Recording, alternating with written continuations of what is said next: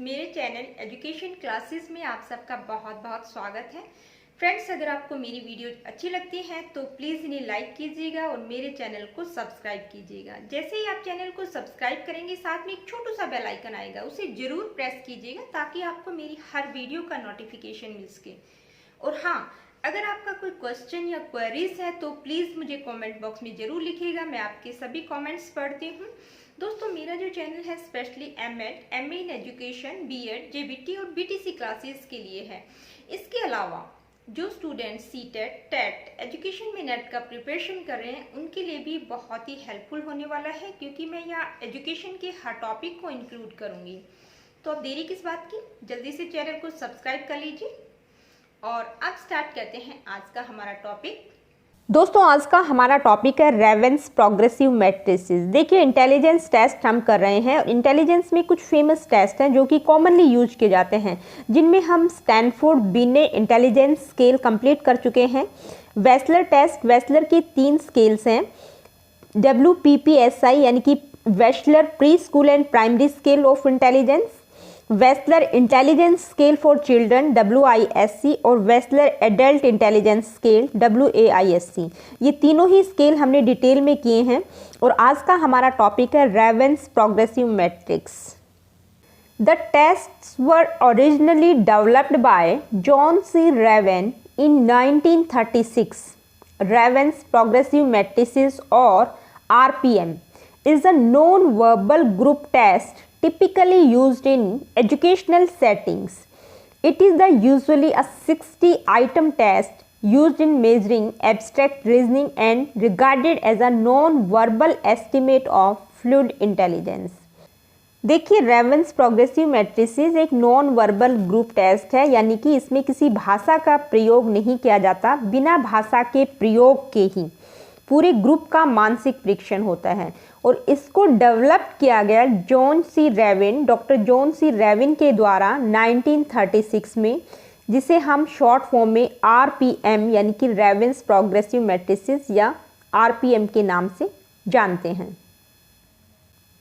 इसमें जो है 60 आइटम्स, 60 मल्टीपल चॉइस क्वेश्चंस हैं, जो कि सब्जेक्ट की यानी कि जो भी प्रयोज्य है या जिसके ऊपर ये टेस्ट किया जा रहा है उसकी एब्स्ट्रैक्ट रीजनिंग और फ्लूइड इंटेलिजेंस को मेज़र करता है।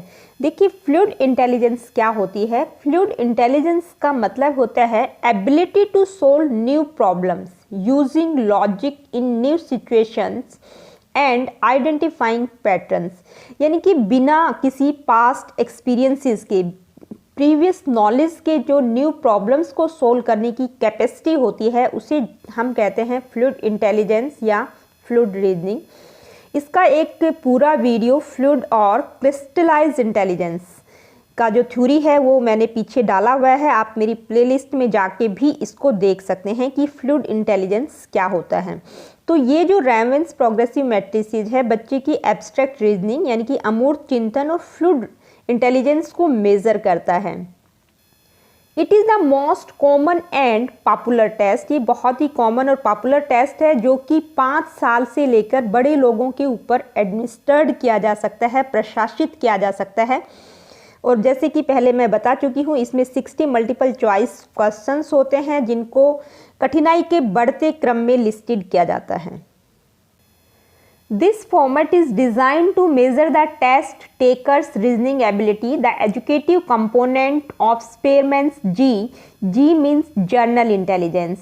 In each test item, the subject is asked to identify the missing element that completes a pattern.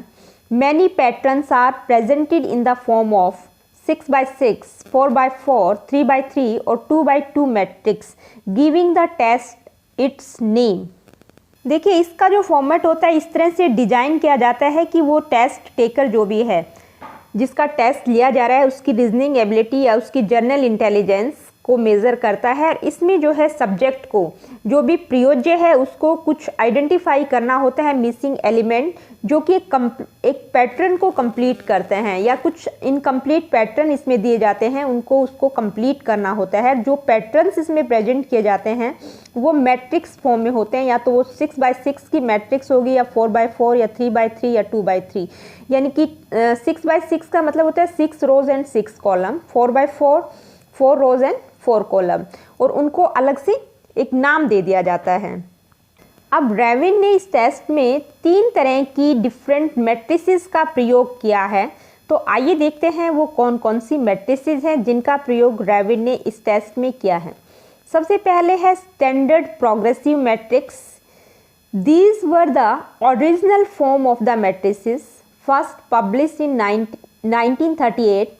The booklet comprises 5 sets A to E of 12 items each, with items within a set becoming increasingly difficult, requiring ever greater cognitive capacity to encode and analyze information. All items are presented in black ink on a white background.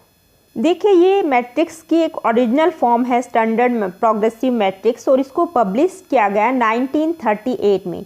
इसका जो booklet है उसमें 5 sets हैं A to E, यानी कि A से लेकर E तक, और हर एक में 12 आइटम्स हैं। तो टोटल आइटम्स इसमें 60 हैं, यानी कि A में 12, B में 12, C, D, E और E सभी में 12 आइटम्स हैं। तो टोटल आइटम्स इसमें 60 हैं, जो कि कठिनाई के बढ़ते हुए क्रम में हैं, और बच्चे की कॉग्निटिव कैपेसिटी को मेज़र करते हैं, एनालाइज करते हैं। और जितने भी आइटम्स हैं वो वाइट बैकग्राउंड पर ब्लैक ज्योमेट्रिकल फिगर्स बनी हुई हैं, और कुछ पैटर्न्स को वो फॉलो करती हैं। हमें उनको बहुत ही ध्यान से देखते हुए उनमें दिए गए ऑप्शंस में से एक को फिल करना होता है। अगर हम पैटर्न को ध्यान से देखेंगे तो आसानी से बता सकते हैं कि उत्तर क्या होगा। सेकंड नंबर पर हमारे पास आता है कलर्ड प्रोग्रेसिव मैट्रिसेस, यानी कि designed for younger children, the elderly and people with moderate और सीवियर लर्निंग डिफिकल्टीज या disabilities. This test contains sets A and B from the standard matrices with a further set of 12 items inserted between the two as a set AB. Most items are presented on a colored background to make the test visually stimulating for participants. देखिए, coloured progressive matrices design की गई है younger children के लिए, यानी कि जो 5 से 11 साल के बच्चे हैं, या फिर जिनमें कुछ लर्निंग डिफ़िकल्टीज़ या डिसेबिलिटीज़ होती हैं, उनके लिए बनाई गई है। यानी जो स्पेशल चिल्ड्रन होते हैं, जो ठीक प्रकार से लिख पढ़ नहीं पाते, उनके लिए बनाई गई है। इसमें 3 टेस्ट सेट्स होते हैं A, B, और A, B के बीच एक और सेट इंसर्ट किया गया है A, B, और हर एक में 12 आइटम्स होते हैं। तो टोटल आइटम्स इसमें 36 होते हैं, और जितने भी आइटम्स इसमें होते हैं उनको कलर्ड बैकग्राउंड पर प्रेजेंट किया जाता है, ताकि पार्टिसिपेंट के लिए इसको विजुअली स्टिमुलेटिंग बनाया जा सके। यह स्टैंडर्ड मैट्रिसेस से इस प्रकार भिन्न होती है कि उसमें जो है वाइट बैकग्राउंड पर ब्लैक ज्योमेट्रिकल फिगर्स होते हैं, और कलर्ड प्रोग्रेसिव मैट्रिसेस में कलर्ड फिगर्स होते हैं जो एक पैटर्न को फॉलो करते हैं। इनमें ऑप्शंस, जो भी ऑप्शंस दिए जाते हैं उनमें से कोई एक सही होता है, और पैटर्न को देखकर आसानी से पता लगाया जा सकता है कि क्या आंसर होगा।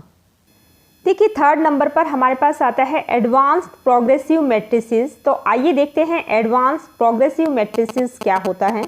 The advanced form of the matrices contains 48 items presented as one set of 12 and another of 36. Items are again presented in black ink on a white background and become increasingly difficult as progress is made through each set. These items are appropriate for adults and adolescents of above average intelligence. देखिए, advance progressive matrices adults और एडolescents यानी कि वयस्क अवस्था और किशोरावस्था के जो बच्चे हैं उनके लिए बनाई गई है, जिनका इंटेलिजेंस लेवल अबव एवरेज होता है। इस मैट्रिसेस में 12 टोटल आइटम्स 48 होते हैं और 2 सेट्स इसमें होते हैं। एक सेट में 12 आइटम्स, सेट नंबर 1 में 12 आइटम्स, और जो दूसरा सेट है उसमें 36 आइटम्स होते हैं। और जितने भी आइटम्स होते हैं वो वाइट बैकग्राउंड पर ब्लैक इंक का प्रयोग करते हुए प्रेजेंट किए जाते हैं, और उनका जो डिफ़िकल्टी लेवल होता है वो थोड़ा ज़्यादा होता है, क्योंकि इसमें इंटेलिजेंस का अबव एवरेज मापा जाता है। तो फ्रेंड्स, आज के लेक्चर में इतना ही। अगली वीडियो में एक नए लेक्चर के साथ आपसे फिर मुलाकात होगी। और जाने से पहले एक बार फिर आपसे रिक्वेस्ट करना चाहूँगी कि अगर आपको मेरी वीडियोज अच्छी लगती हैं तो प्लीज़ इन्हें लाइक कीजिएगा और मेरे चैनल को सब्सक्राइब कीजिएगा।